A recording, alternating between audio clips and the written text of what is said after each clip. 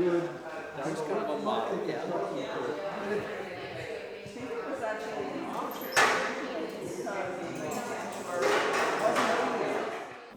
I think probably everybody here has been through this before. We do this about every 6 or 8 months, and the concept is networking, working together, building coalitions, seeing what other groups are doing, not duplicating efforts, et cetera, et cetera. So when we're done, there was a lot of hanging out because we're starting late. There was a lot of hanging out already, so that's good. We may not have to hang out after.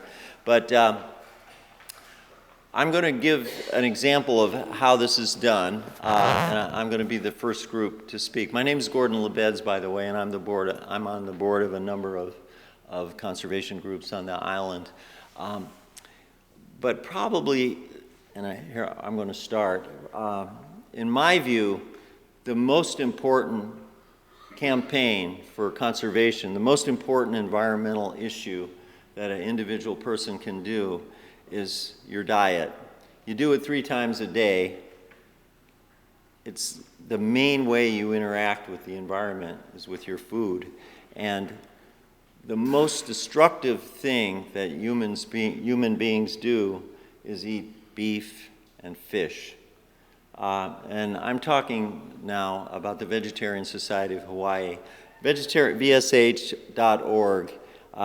we have a potluck and lecture or movie on the first Sunday of every month. It's been going now for 8 years straight, and it's probably one of the best meals you'll eat that month. It's all vegan food. It's food without animal products, and then after socializing lunch, it starts at 12:30 on the first Sunday of every month. And at 1 we have a lecture or a movie, yeah. So that's pretty much the format of what we do. It's not an activist group or an advocacy group. It's an educational group, and all we really do is just have that one potluck every month. If there are people that step forward and want to do activist things and advocacy things, then come on over. But I urge you to attend. There's a flyer there. This next May Day one is a film from a doctor, a PhD doctor, who did a big study on the diet of China, of Chinese people, and a guy from Cornell, very respected nutrition guy, and found that protein, the more protein you eat, the more likely you are to get cancer.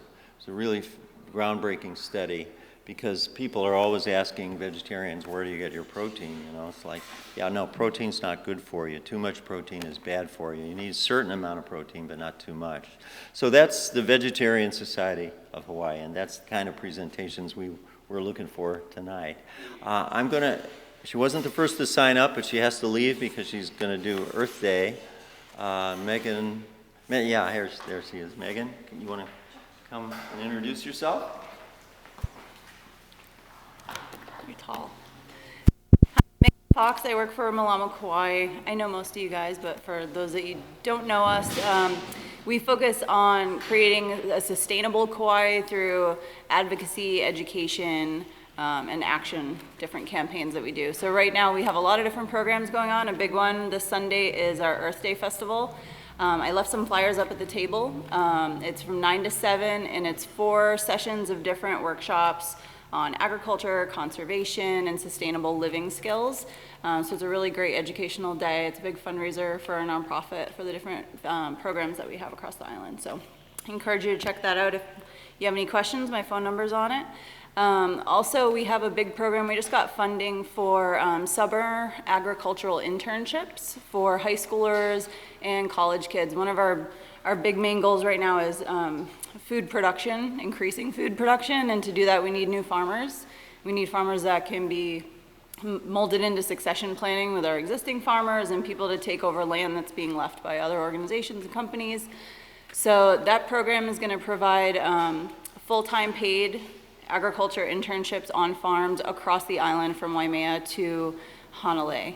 And we have about 20 different spots for kids. So if you know any kids that are interested in agriculture, we're reaching out to all the schools, but we'd love to get any referrals if you know any kids that are looking for something fun, and they get a college stipend and a weekly living allowance too. So that's it. Thank you. What's your website? malamakauai.org. All right. Yeah, be sure you give your website. All right, Kauai Invasive Species Committee, Rachel. I was just telling Rachel I saw a mongoose at the airport the other day and I didn't report it, so I'm in trouble. Did you catch it? So hi, I'm Rachel Smith, Outreach Specialist for Kauai Invasive Species Committee.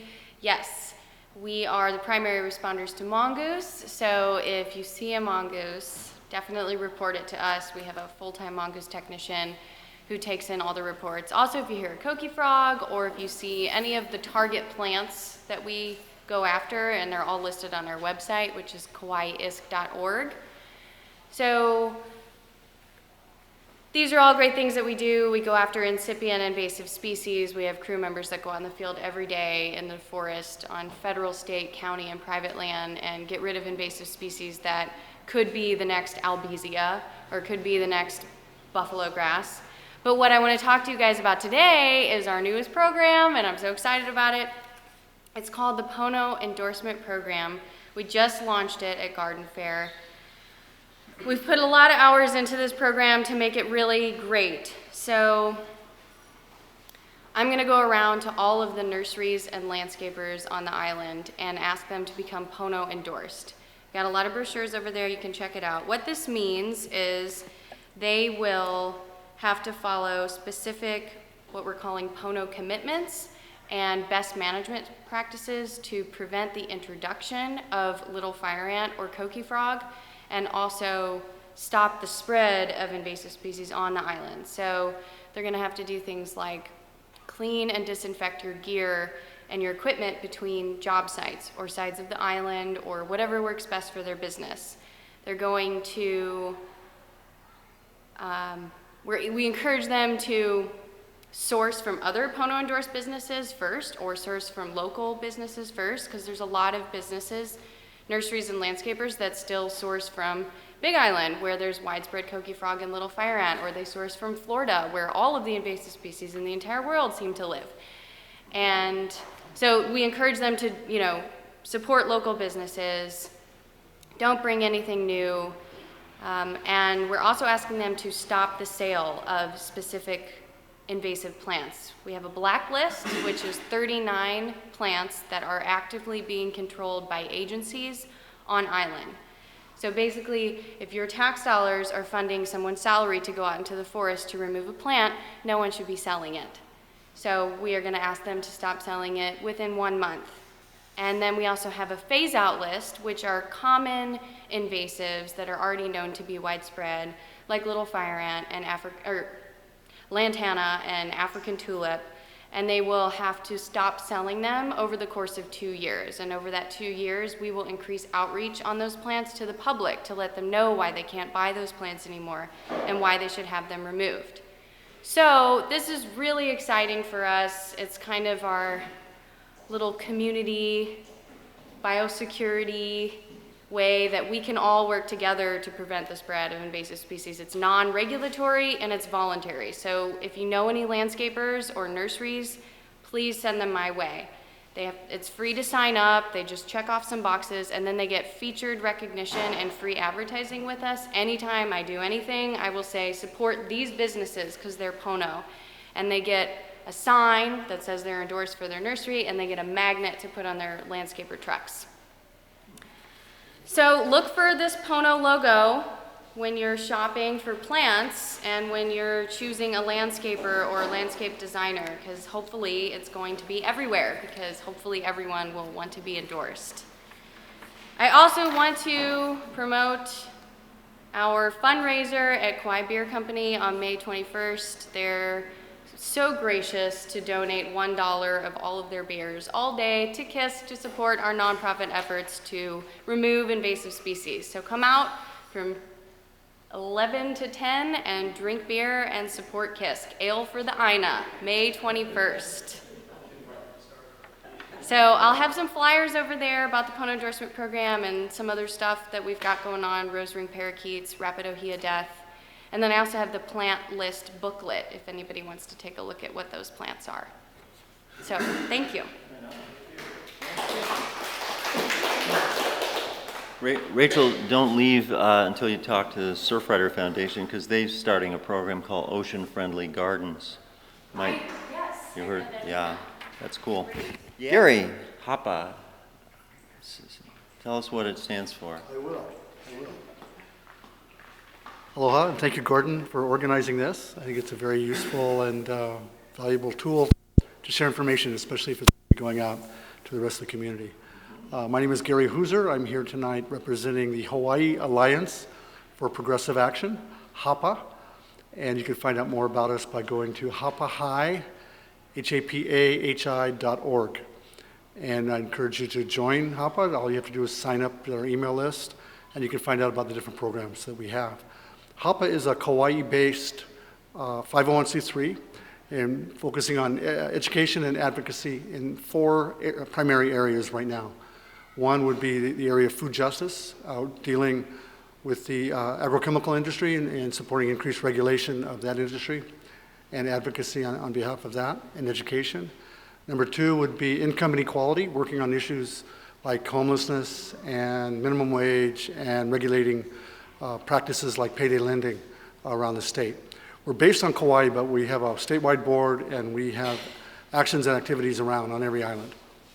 The third area is the area of, we call it reclaiming democracy. So it's about civic engagement, and it begs the question, what can we do to take back our government?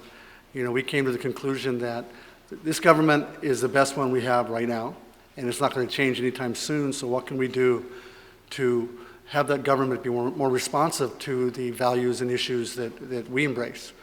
And the conclusion we came to was to get more people elected to public office at all levels, state, county, and ultimately federal levels. And the question then becomes, well, why aren't more people getting elected? And our conclusion was because we didn't have enough candidates who were good candidates by a conventional political description, they're electable, and candidates that understood how to run campaigns and get elected.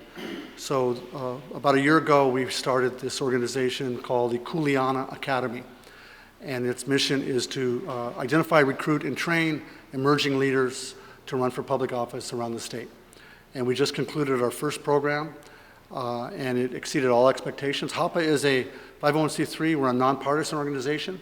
We had speakers from the Green Party, from the Republican Party, from the Democratic Party, and we don't actually support candidates, so we're not endorsing any of our class. We started out with a class of 25, and we ended up with about 21 graduates from around the state. And this year's program has been concluded, but out of those 21 graduates, we will have at least 9 people running for public office this year in 2016. And we're very excited about that. Out of those 9, probably 7 of them would not have done it except for the training that they've gotten through this program. The training involves public speaking, debate, media relations, fundraising, database management, message development. It's just a real comprehensive, and it also has a component. We have a skills training, which teaches you how to run for office. Then we have an issues training, and it exposes them to the issues, environmental issues, Hawaiian issues, income inequality issues, the wide range of progressive values and issues. So we do that training, and we now have, out of the program, be 5 people running for the State House. Fern Rosensteel from Kauai has already pulled papers, is running for the State House. There's 2 people on, let me see if I get this right, on Maui, running for the State House, a person on Oahu running for State House, and in Hilo, we have an individual running for a State House seat currently held by the chair of the House Agricultural Committee, which many people would say is a huge roadblock to those that support food sustainability and positive agricultural practices. So that's the Kuleana Academy, and we've decided to make it an annual program, and we're already fundraising and organizing it to do it every year. We have just a tremendous positive response. We have people literally calling us that want to be in the next class. It's a competitive process. We had 40 people apply for the first class. We expect probably to have 100 or more apply to the next one. Some of our guest speakers, we had former Governor John Waihee, we had Representative Chris Lee, we had Keiko Bonk from the Green Party, a lot of really dynamic speakers who told it really like it is. How do you run for office? What it takes to win. And so it was a great experience, and we're going to continue that program. The fourth subject matter area is chaired by Walter Ritty, Uncle Walter Ritty, who's on our board of directors. And that is defined as the intersection between the environment and Hawaiian issues. And so Walter Ritty has spearheaded that, and what we do as an organization, to a large extent, is support efforts wrapped around those two topics. And so we will sometimes fund activists from the neighbor islands to go testify, or just concerned citizens, if not activists, what's an activist, to testify or to help support issues and actions around the state. So that's essentially what the Hawaii Alliance for Progressive Action does. And again, I encourage you to go to hapahai.org and or call me. The contact information is there. Thank you all. Thank you, Gordon.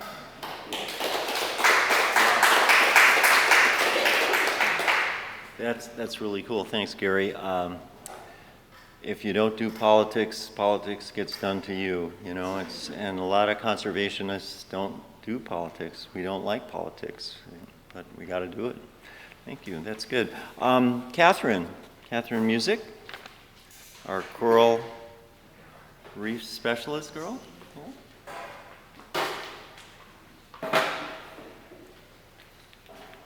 Good evening, I'm Catherine Music, the third, and we have a problem. The reason I came tonight is that I'm very distressed and depressed about the state of the oceans worldwide, and the Great Barrier Reef, as you know, is succumbing to global warming. Fiji had a Category 5 cyclone, and all the reefs are dead, and the Caribbean is 90% dead, and the reasons are, and thank you, it's about the human diet. We have cesspools. In Kapa'a, only 2,325 cesspools. Everything we flush down the toilet goes down the canals and into the ocean. And so, our diets are shopping at Costco. So what are we going to do about it? There's a petition going around to have the farmers be able to have value-added stuff at their farms, and I had 4 pages of signatures at the last seed exchange. One thing I did, I write books for children. I go to the schools, and the concerned, like Gary Hooser with the glyphosates and the GMOs, we have a real problem. These are not corals. This is a coralline alga. Coralline alga are plants, and 35% of our sands are made up of coralline algae. So if we keep hitting them with herbicides, we're going to lose them. And the corals, what I've done now is create a project, because I can't just worry all the time. I have a project in Kapa'a. I call it Mala Moana. I swim out over this dredged area. It was dredged in 1959 by the Lehui Plantation Company for fill for the roads, because it was marshy here. So I swim out over the sandy part to a spot that the state has given me to plant corals. Corals of opportunity and love, I call them. Cool. So I find a coral of opportunity, which is something rolling around, and then I glue it back. And I was getting great success. Last year, I was very excited and planted. This Passalapra actually fragments itself, so I find them rolling around. The first ones I planted didn't make it because who knows how long they've been out there being buffeted, but this one grew starting last August, and everything was fine until March, and it started getting pale. And we aren't having warm temperatures like the southern hemisphere, but now it's dead. I was out there today.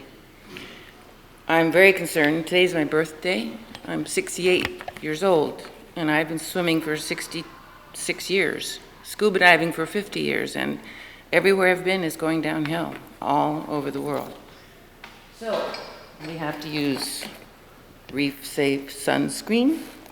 We have to recycle. We have to eat locally. And we have to communicate. And these are just hints to remind me. I go back and forth to Okinawa because the military is destroying the last beautiful coral reef ecosystem in Japan, and the locals that are fighting it are 85, 86, 87. They went through World War II. They don't want any more wars. So I try to help them communicate with the general public about the importance of corals. And help is coming my way. A woman I've never met named Jessica likes to swim at Anini, and she made this calendar for me this year. And there's a QR on here. If you scan this, you go right to my website.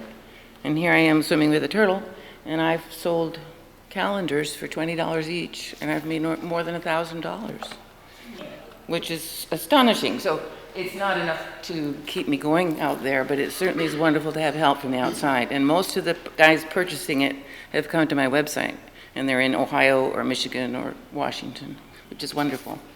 And the last, this is really interesting. Women who crochet are often very smart. A physicist invented this system. There are 8,000 women in the world crocheting coral reefs, and they put exhibits up in museums. And now they're starting to incorporate plastic garbage and have bleaching corals. So I guess my most important point is communication, which is why we're here tonight. And I get frustrated when I watch my neighbors use lawnmowers and shop only at Costco and not care. And so I needed to come and be with people who are like-minded today. So thank you for the opportunity. And everything that everyone's doing here is related to the health in the oceans, and I'm well aware of that. So it's all connected. It was so pretty today. I went out with a volunteer. I get volunteers from the high school. This young woman is going to help me do an Instagram because I'm digitally impaired. And we swam out, and she was astonished because there's beautiful coral. She said, "Oh, look at that." I said, "That's a sea cucumber." And then we saw a sea hare. She'd never seen these things. She's from Colorado, right? So it was great today. And about half of my corals are still alive, so that's the good news. It can be the glass half full or half empty. But we can't continue behaving the way we are with war and overconsumption. We just cannot. And it's all of us. And we all know that in this room. I told my brothers, "What are you doing for your birthday?" And I said, "I'm going to a hippie party and preaching to the choir." But we know. But getting a few young kids is a real ticket. So I have stickers over there that say Mala Moana and my name card, and please come and see my maps and specimens. Mala is a garden, and Moana is the ocean. So I named this project Mala Moana. And to my horror, last week in the dictionary, it fell open to Mala. Mala with a macron. Mala is a garden. Mala without is ache and pain. And I thought, oh, I've named it correctly. It's the ache and pain of the ocean. And I feel it very deeply. So I became a marine biologist just because I thought it was beautiful, and it's really dismaying. Okay, the last thing I've done at home, I moved in near the grade school, and I've just dug a pond in my front yard. And this is what I did in Japan too. Kids come, and I had a blessing yesterday. A red dragonfly showed up and landed on my equisetum, the horsetail rush. So you build it, they will come. And this is about water as life. And so the more of everything we can do, the better, right? Thank you very much. Thanks, Katie. Thanks. Happy birthday. Thanks. Zero Waste Kauai.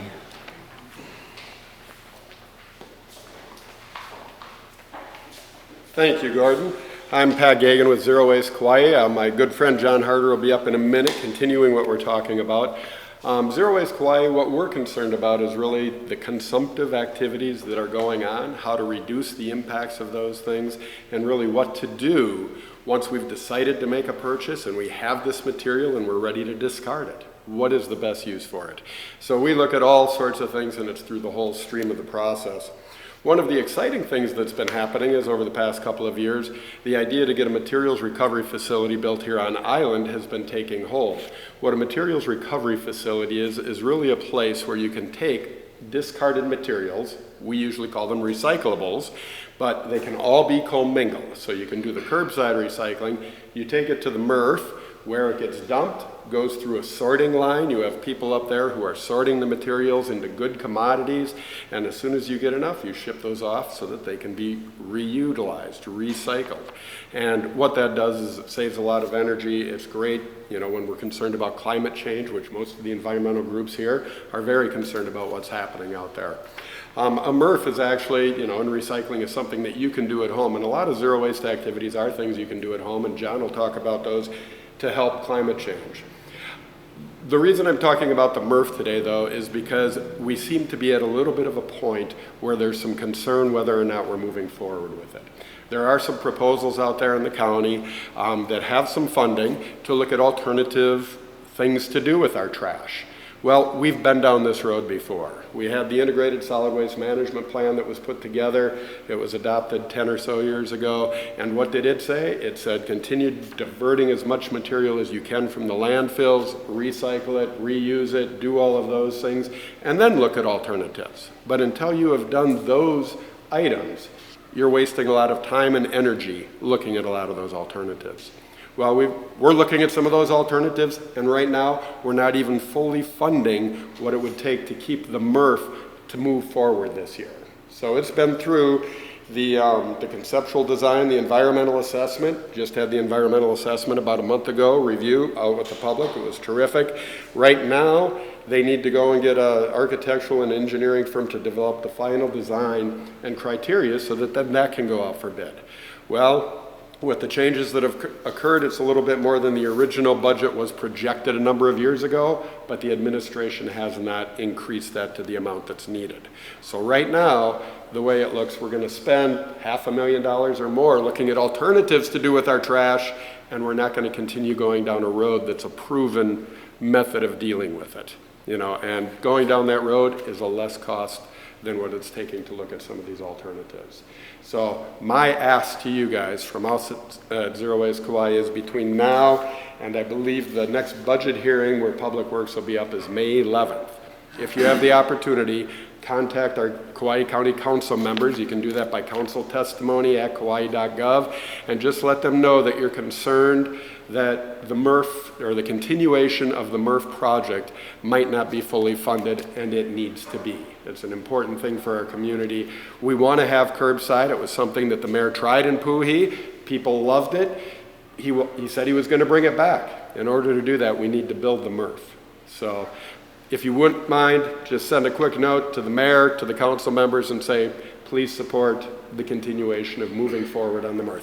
We're not putting millions of dollars out there yet. We're still in the conceptual, and they can still look at the alternatives. We're open to those too. And if there's an alternative that's better financially, better environmentally, better from a social perspective, you'll see us get behind it. So with that, I'll ask John to come up, and he can talk about the things you do on a daily basis can really help mitigate some of the issues around climate change. So thank you.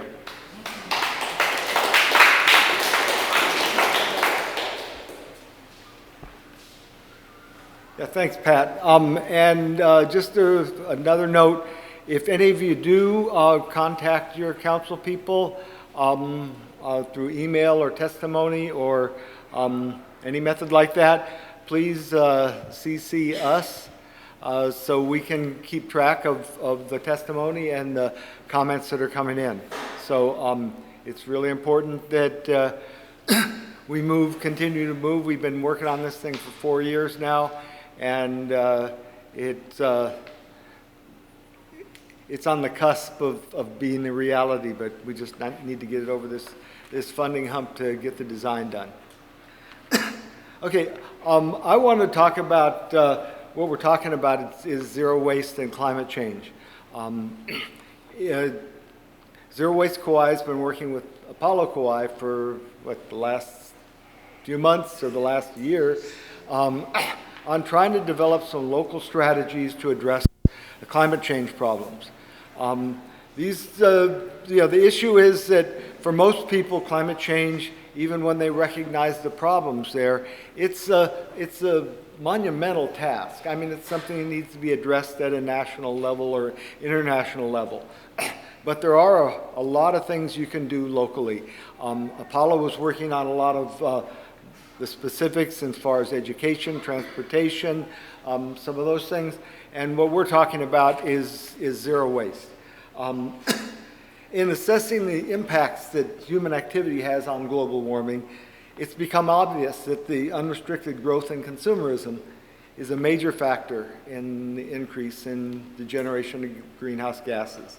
And across the country and internationally, environmentalists are starting to recognize that zero waste management, that is dealing with waste before it becomes waste, dealing with the unbridled consumerism consumption that's going on out there, is a major way of addressing climate change. You can look at some of the stuff that we've got at our little table back there, and you'll see that this is an EPA graph that's up, pie chart that's up on the table, but we've got other agencies that have done the same studies, and looking at the generation of greenhouse gases, over 40% of the generation of greenhouse gases comes from either production or consumption of products and materials. So for us at a local level, if we really want to make a difference, we need to start addressing those kinds of things. Those are individual decisions and they're community-wide decisions.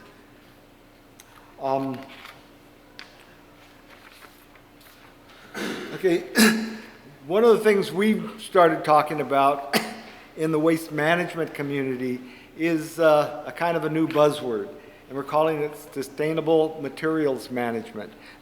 And I like it because it gets away from that word waste, and we're talking about managing materials, not managing waste.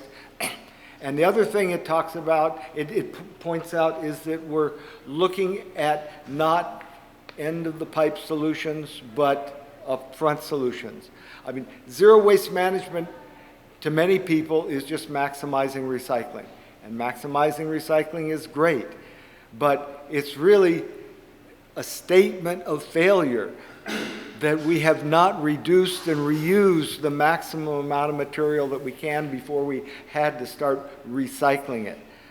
Sustainable materials management starts talking about that same problem from the front end. Managing those materials sustainably, whether it's packaging, whether it's paper goods, whether it's metals and materials which we need to extract. So, you know, these are the things we need to move away from, that old concept of managing waste. One of the key elements that we look at in sustainable materials management is dealing with organics. Primarily the growing volumes of food waste that end up in our landfills each day. But in addition, there's a lot of unrecyclable paper and our green waste that can be managed more effectively and reduce impacts throughout the process on our environment and on global warming. The landfill generation of methane, of organics breaking down and generating methane in a landfill is one of the major sources of methane in the world. And methane is a gas that is multiple times more potent as a greenhouse gas than carbon dioxide. So by keeping the organics out of our waste stream, just that one step makes a major impact on reducing the impacts of climate change and global warming. In addition, taking that material out and returning it to our soils sequesters the carbon into the soils, so it keeps the carbon dioxide not going up into our atmosphere, but into our plants, and our organic matter keeps it in that cycle in the soil. It's not working. Anyway, managing organic sustainably, first by reducing the amount of material we consume and generate, then by supporting reuse organizations like Food Bank and Food Pantry, and then finally by returning what we can't avoid totally into the soil, either through backyard composting or through larger composting projects, is the quickest and cheapest way to immediately reduce our community's greenhouse gas emissions. So if you're wondering what you can do locally to address the worldwide impacts of climate change, consider adopting a zero-waste lifestyle and support sustainable materials management.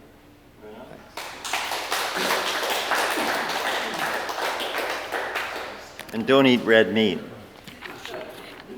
Cows create more methane than landfills do. Anyway, okay, so we've got, Laurel Breyer, Apollo Kauai. Hey, I'm doing show and tell for Apollo Kauai. We started about 11 years ago, grassroots organization, and our focus was on education and advocacy for alternative energies. But looking at the bigger picture, it's really what all of us are talking about, because our concern for alternative energies was because of climate change. But climate change really affects everything from our oceans, both ways, reinforcing where it's coming from and how it's affecting. And it's affecting us politically, economically, and socially. So I think our community has been very successful actually by electing people like Pat Gagan to our co-op, the fact that we have a co-op, the fact that we can have an influence on where our energy does come from for our community. And we are an example for the country as far as how much Kauai has been able to generate. But it's looking even more, and it's looking at the big picture. It's looking at our consumerism. It's looking at what we consume, what we eat, where that comes from, how it's grown, the impact that has on greenhouse gases, and how we get rid of our waste, too. It's all very connected and interwoven and complex. And it's self-reinforcing, too. As we acidify our oceans, then they can't sequester the carbon like they used to. We're having extreme weather conditions, which are making droughts in places so that the soil can no longer sequester. We're melting our ice caps and emitting, which are then releasing carbons into the atmosphere. So we're in a big mess. And we all are addressing it in ways, but continuing to look at the big picture too. So one of the things that we did this year that was very successful, we showed This Changes Everything, which is a very dynamic Naomi Klein movie, which talked about the bigger picture, the underlying, what is really the story that we've been telling, the story that we control Mother Nature. And Mother Nature really has the last word. And about the consumerism, the root of capitalism and consumption, free trade agreements, all these things that have a huge impact on the bigger picture. We had 3 showings of This Changes Everything, and it was standing room only every time, which kind of shows, our community is interested. They want to know, and it's not a happy topic to talk about, but people being willing to do that. Then in January, we showed Racing Extinction, which showed some of the impacts of climate change on the loss of habitat, the loss of species, and kind of the interwoven webs of, intricate webs of that. What else do? We hosted the Candidates Forum because, again, we think it's very important who is on our KIUC board, who's making those decisions.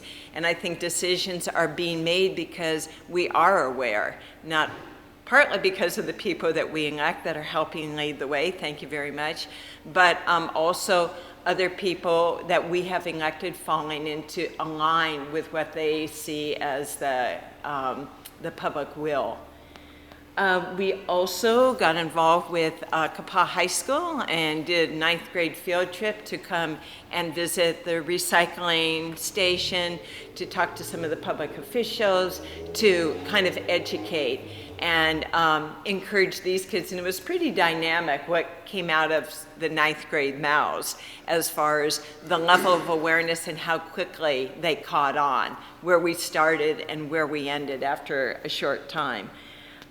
We participated in the 350.org, I forget what the name of the movement actually was, but it was right before the Paris talks, to generate energy and interest in the Paris talks. And happening the first 2 weeks of May is kind of a follow-up to that, the push to get our president to sign the Paris Agreement and to move ahead with agreements that were made. And just again, for there to be a public awareness of what is in the Paris Agreements and what needs to happen now, that it is urgent. We also participated in the science fair this year, the district science fair, because we let the kids know that we were going to be recognizing and rewarding projects that had to do with climate change. And actually, I knew at the time, I think about a third or more of the projects actually had to do with alternative energies or climate change. So we had some really good interest in it, and that's where we got to put some faith to in that generation and their awareness and all our desire to make the world more livable for them as well as us. Mm-hmm.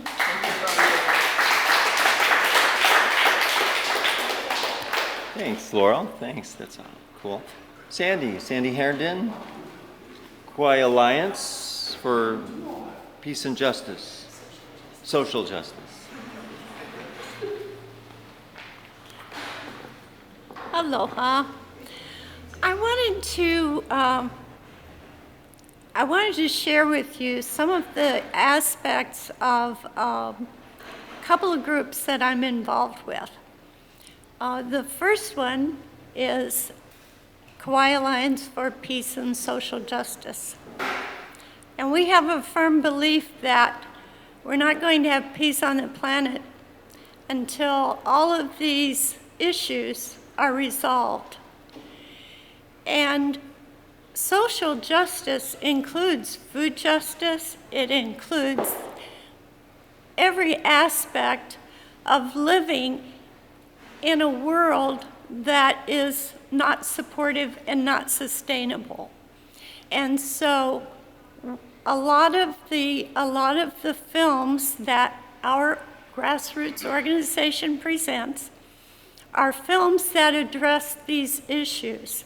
And we have, for instance, one coming up this week and next week, which is Michael Moore's film, Where to Invade Next. And unlike the title, which might lead you to think that it's an anti-war film, it's not. It's about how to create a better America. And it's sort of a tongue-in-cheek approach to stealing ideas from other countries about how they make life more livable for their people. And then the other group that I am starting to foster, and I'll put it in that language because we're just starting a group called Code Pink, which is a women's peace group. It's a grassroots organization founded by women, and it also addresses a lot of the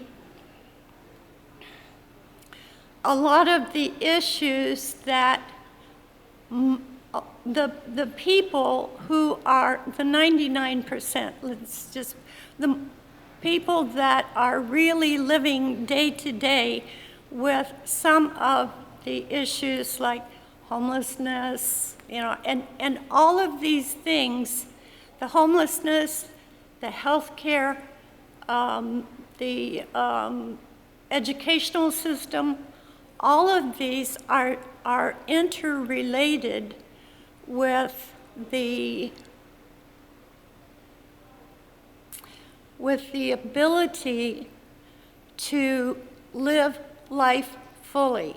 And without a sustainable planet or sustainable methods of maintaining our planet, good food, healthy water, it's, you know, we're never going to be the kind of society that we want to be. And so we really want to support these groups that are here tonight, and we would like your participation if these are things that are of interest to you as well. So thank you.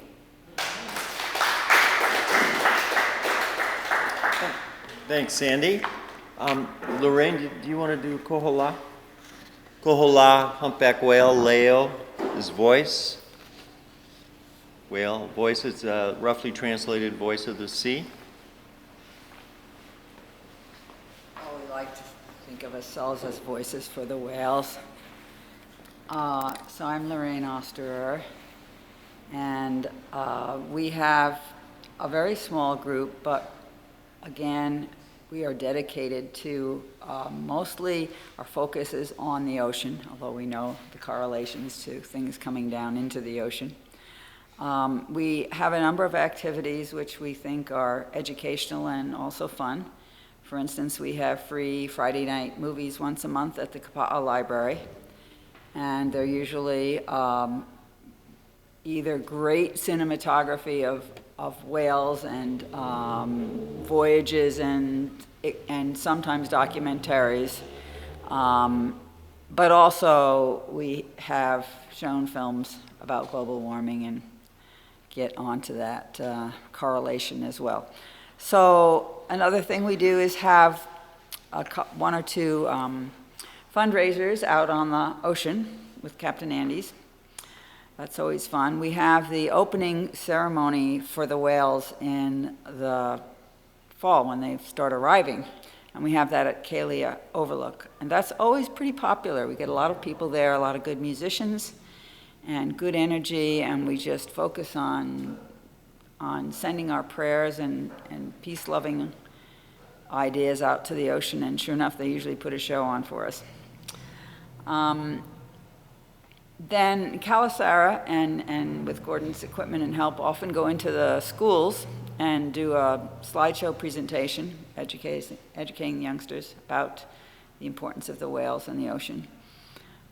We are trying to do more efforts correlating our activities with other researchers, for instance, in observing and counting the whales. And Gordon wants the scientist's name who wants us to do some more spotting. Robin Baird. Robin Baird has done lots of research here. I don't know if you've heard of his research. It's important to keep track of what's going on. They're learning more and more that the migration patterns often go along the California coast and here. Some of the whales go both to Mexico and here. And it's important to know what's happening along the way from Alaska in terms of net entanglement and serious effects that whales are having more and more from the shipping lanes, from overfishing, from various casualties that they have. So this coming month, the end of this month, it's always the fourth Friday of the month, we're showing a film called Fellowship of the Whales, and it's about a real life encounter of following a whale and its baby making the journey, and how important it is for the society of whales, for the interaction between the pods as they communicate. I think the other reason that we're so dedicated to this particular aspect is that we feel, and we've communicated enough to know that the whales are sentient beings. you know, they're the largest mammal on the earth, and we somehow, as humans, you know, feel that we're in charge and in control of the environment. But we've, you know, neglected to realize that these are really sentient beings. So we have a lot of respect for that, and we hope that we're going to help keep them around with us for a longer time. Thank you. Any questions? Thanks, Lorraine. Anybody come in? Okay, so our last guy is our cameraman. Can you just press the button and, okay. Rob Zelkowski from the Kauai chapter of the Surfrider Foundation. Thank you, Gordon. So thank you, everyone, for coming tonight, and thank you, Gordon, for organizing this. I'm Robert Zelkowski with the Kauai chapter of the Surfrider Foundation. So around 6 or 7 years ago, I read a small article in the paper, Surfrider Foundation meeting, Lihue Pizza Hut, and I thought, wow, this sounds like fun. Bunch of surfers talk surfing, you know, meet some jovial people and have some fun, you know, and little did I know what I was getting into. My years with Surfrider and on the executive committee, it's a group of extremely dedicated ocean environmentalists. And everyone on the executive committee kind of has a specialty, and they stick with it, and they do it stronger than I've really seen any other group do it. The Surfrider Foundation was started 31 years ago in California. Gordon had a big part of it. He was influential in setting up the chapter involvement. Surfrider does have an official mission, which I really never use, so I have to read it, dedicated to the protection and enjoyment of the world's oceans, waves, and beaches through a powerful activist network.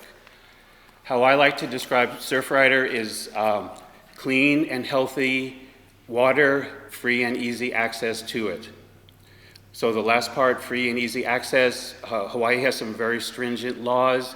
It hasn't been too much of an issue here, but about 6 or 7 years ago, we needed to sue an organization for blocking beach access. There hasn't been too much. There's rumored to maybe one coming up. In states like California, that's very critical because people think, oh, this is my beach. I bought this $10 million house and this is my beach, but in Hawaii, there's no such thing as that. So clean and healthy water, clean water, pollution-free water. Pollution from bacteria, pollution from pesticides, pollution from plastics, these are things that we fight for. Healthy water, oceans that aren't overfished, over-acidified, over-temperatured. So these are the things we do, and we do it through CARE, conservation, activism, research, and education. We're an activist group. We do 5 beach cleanups a month. The 4th Saturday of every month, 9 a.m., we do a beach cleanup somewhere. Every Wednesday at 4 p.m., we do a beach cleanup or a net patrol somewhere. If you go to kauai.surfrider.org, you'll find the schedule, or if you go to Facebook, Surfrider Foundation Kauai chapter. So, you know, why the ocean? Why is it so important to us? Ocean is critical. It's important for weather maintenance. It's important for recreation. It's important for our well-being and tranquility. For some people, it provides food, and the ocean is getting destroyed. I mean, there is a war on our environment, and I'm just happy to be part of the little fight over here. So thank you again all for coming, and we have a little table over there. Memberships for Surfrider is very critical. It gives us a stronger voice, and thank you. Well, thanks, everybody. Thanks for coming, and go ahead. Can I give a little update? Sorry, but I didn't know till a couple hours ago that our president wasn't going to be here to speak. And I was kind of talking to myself back there, and I forgot to say the most important part, which is our latest activity. I wanted to update you with what we're getting involved with. For many, many, many years, this organization has tried patiently to work with the national effort for a marine preserve, to expand it, to get some rules to protect the whales. And we've finally given up on them, more or less. So our own conservation idea is to make an area, right now we're considering very seriously the area around Mahaulepu, and then expanding down through that area. So we are now coordinating with fishermen and other community support to get some viable action for this, to really create a preserve area. And anyone who's interested in that or wants to know more about it can come to our meetings, which we also have twice a month, one in Poipu, usually the second Friday, and then the other one is in Kapa'a right before the movie at 5 o'clock at the library. So we encourage anyone who wants to gather with us. And also we are very heavily supportive of the, I call it the non-dairy movement, because of the terrible consequences to the South Shore. So we want to coordinate with all the groups that we can. Thank you.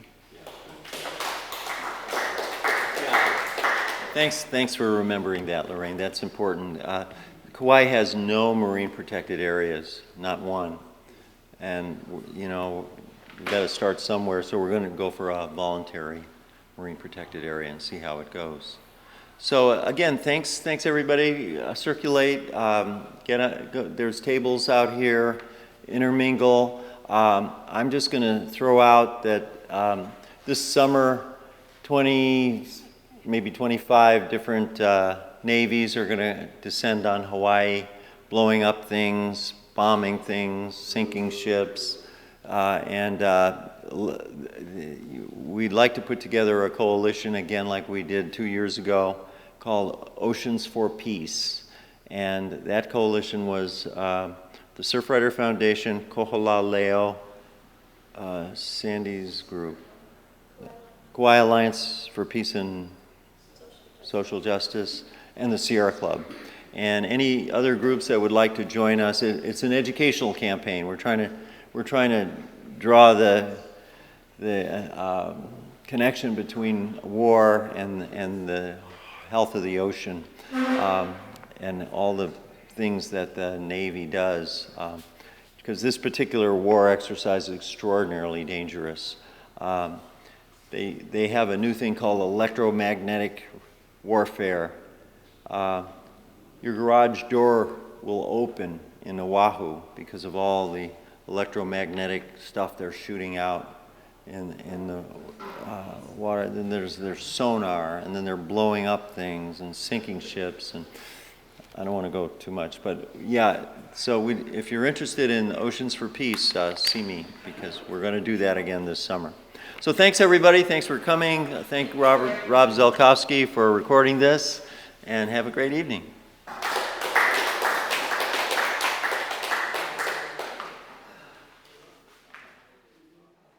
Growing with some natives. I don't really know why. That's kind of a model, yeah.